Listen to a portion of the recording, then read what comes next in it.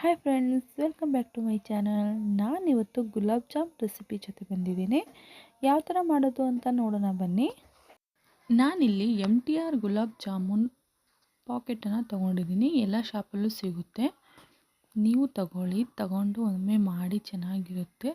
ನಾನಿಲ್ಲಿ ಒಂದು ಪಾತ್ರೆ ತೊಗೊಂಡಿದ್ದೀನಿ. ಪಾತ್ರೆಯಲ್ಲಿ MTR ಪೌಡ್ರ್ ಪ್ಯಾಕೆಟನ್ನು ಕಟ್ ಮಾಡಿ ಅದರಲ್ಲಿ ಸೇರಿಸ್ತಿದ್ದೀನಿ. ಸೇರಿಸಿದಾದ್ಮೇಲೆ ಸ್ವಲ್ಪನೇ ನೀರು ಹಾಕ್ಕೊಂಡು ಅದನ್ನು ನೀಟಾಗಿ ಕಲಿಸ್ಕೊಳ್ಳಿ. ಒಂದೇ ಸಲ ನೀರು ಹಾಕೋಕ್ಕೆ ಹೋಗಬೇಡಿ, ತೆಳ್ಳಗಾಗ್ಬಿಡುತ್ತೆ. ಸ್ವಲ್ಪನೇ ನೀರು ಹಾಕ್ಕೊಂಡು ನೀಟಾಗಿ ಕಲಿಸ್ಕೊಳ್ಳಿ. ಸ್ವಲ್ಪ ತುಪ್ಪ ಹಾಕಿ ಲಾಸ್ಟಿಗೆ. ತುಪ್ಪ ಆದಮೇಲೆ ನೀಟಾಗಿ ಕಲಿಸ್ಕೊಂಡು ಒಂದು ಪ್ಲೇಟನ್ನು ಮುಚ್ಚಿಬಿಡೋಣ. ತುಪ್ಪ ಇಲ್ಲ ಅಂದರೆ ಸ್ವಲ್ಪ ಅಡುಗೆ ಎಣ್ಣೆಯನ್ನು ಸೇರಿಸ್ಕೊಂಡು ಮಿಕ್ಸ್ ಮಾಡ್ಕೊಳ್ಳಿ. ಈಗ ನಾನು ಪಾಕ ರೆಡಿ ಮಾಡ್ಕೊತಿದ್ದೀನಿ. 1 ಲೋಟ ತೊಗೊಂಡು 1 ಲೋಟ ಸಕ್ಕರೆ, 1/4 ಲೋಟ ನೀರನ್ನು ಸೇರಿಸ್ತಿದ್ದೀನಿ. ಅದರಲ್ಲಿ 3 ಏಲಕ್ಕಿನ ಸೇರಿಸ್ತಿದ್ದೀನಿ. ಪಾಕನ ಕುದಿಯೋಕೆ ಇಡೋಣ. ನಂತರ ಒಂದು ಪ್ಯಾನ್ ತೊಗೊಳ್ಳಿ. ಪ್ಯಾನಲ್ಲಿ ಎಣ್ಣೆ ಹಾಕಿ, ಎಣ್ಣೆ ಬಿಸಿ ಆದಮೇಲೆ ಚಿಕ್ಕದಾಗಿ ಉಂಡೆನ ಮಾಡ್ಕೊಳ್ಳೋಣ. ಈಗ ನೀಟಾಗಿ ಚಿಕ್ಕದಾಗಿ ಉಂಡೆ ಮಾಡ್ಕೊಳ್ಳಿ. ಈಗ ಎಣ್ಣೆ ಬಿಸಿಯಾಗಿದೆ ಅಂತ ನೋಡಿಕೊಂಡು ಒಂದೊಂದೇ ಉಂಡೆನ ಅದರಲ್ಲಿ ಸೇರಿಸೋಣ ಎಣ್ಣೆಯಲ್ಲಿ. ಈ ಕಡೆ ಪಾಕ ರೆಡಿಯಾಗಿದೆ.